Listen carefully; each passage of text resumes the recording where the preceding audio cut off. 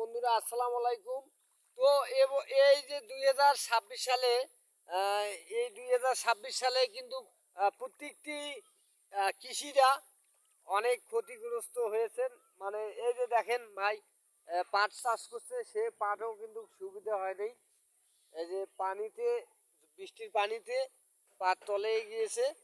তো তামাকেরও সমস্যা, ধানেরও রেট কম, ভুট্টেরও কিন্তু রেট কম, চাহিদা কম।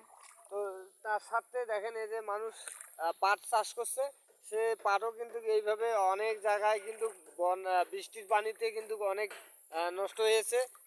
সে পাট কিন্তু হয় নাই। তো এবছর আসলে 2026 সালে মনে করো যে গিরিরা এবছর এই 2026 সালে কোনো লাভবান হইতে পারে নাই, লসের ভাগে আছে। তো এইরকম করে যদি গিরিরা ধরা খায় তাহলে তো বাংলাদেশের, আমাদের অনেক, বাংলাদেশে অনেক ক্ষতি হয়ে যাবে।